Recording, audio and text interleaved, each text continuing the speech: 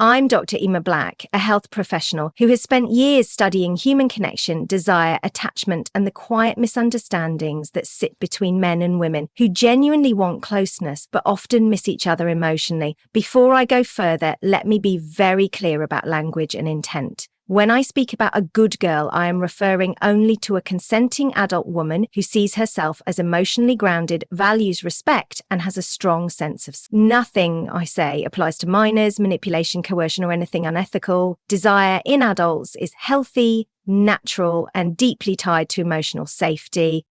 Many men come to me frustrated, confused, or quietly ashamed. They say things like, I do everything right. I'm polite, I'm supportive, I never push, yet the spark fades. Or, she says I'm a great guy, but she's not excited by me. This is not a moral failure. It is not that kindness is unattractive. The problem is that kindness alone is not desire. Attraction does not operate on the same system as approval or gratitude. The human nervous system does not respond to resumes. It responds to emotional signals.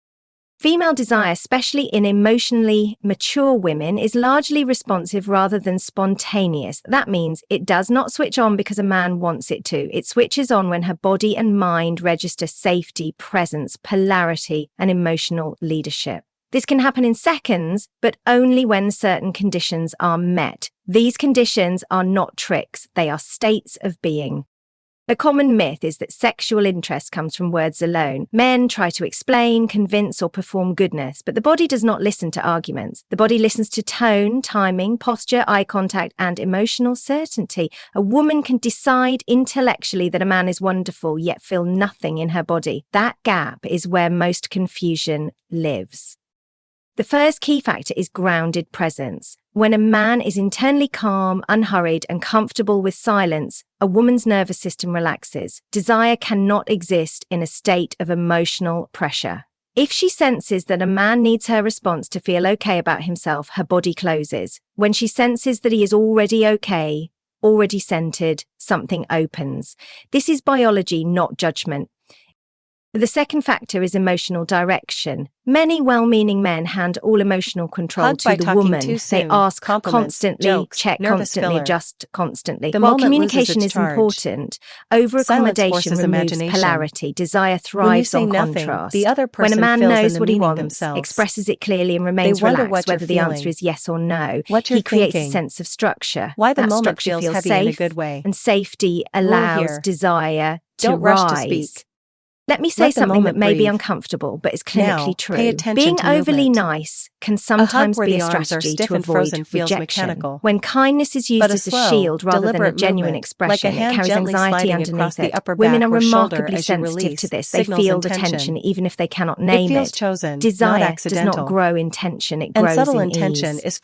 Another important element is self-respect. A man who values his own time, energy, and boundaries signals that he lives a full life. He does not rush to please, nor does he withdraw to punish.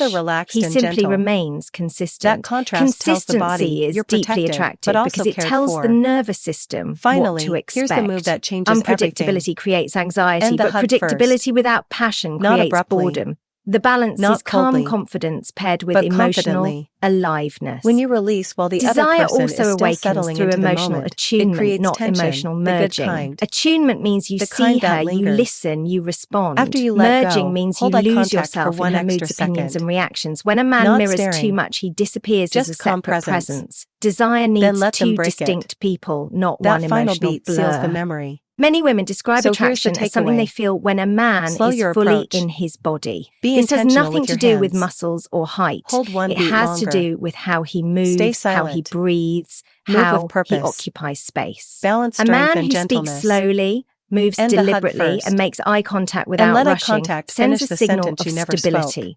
That signal It was travels never faster just than about the words. hug. There is It was also the about element of presence, emotional restraint, challenge. and This does grounded not mean confidence. being rude or dismissive. That's It what means people not remember. collapsing in the face of disagreement. When a woman tests a boundary, consciously or unconsciously, she is often checking emotional strength. If a man folds instantly or becomes defensive, the test fails. If he remains calm, curious, and firm, something shifts. Respect deepens, and desire often follows. Sexual engineer is not something you do to someone. It is something you allow to circulate. A man who is comfortable with his own desire, without shame and without urgency, creates space for a woman to feel hers. When desire is present but not demanded, it becomes magnetic. When it is demanded, it becomes heavy.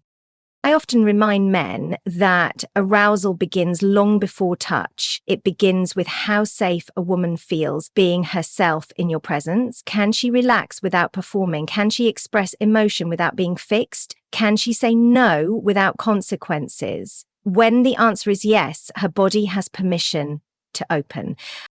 Another misunderstood concept is timing. Desire has rhythm. Pushing when the moment is not ripe shuts things down. Waiting endlessly out of fear does the same. The skill is sensing readiness and acting without attachment to the outcome. This is not something you memorize, it is something you feel. And feeling requires being present in your own body rather than lost in your head. Let's talk about compliments.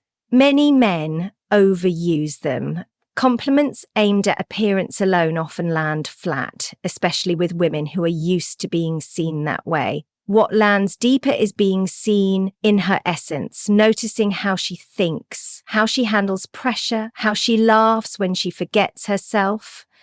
These observations tell her she is perceived, not evaluated. Desire also grows when a woman feels chosen, not begged for. Choosing is quiet and confident, begging is loud and anxious. The difference is not in the words, but in the energy behind them. A simple statement delivered with certainty can be more arousing than 100 persuasive lines.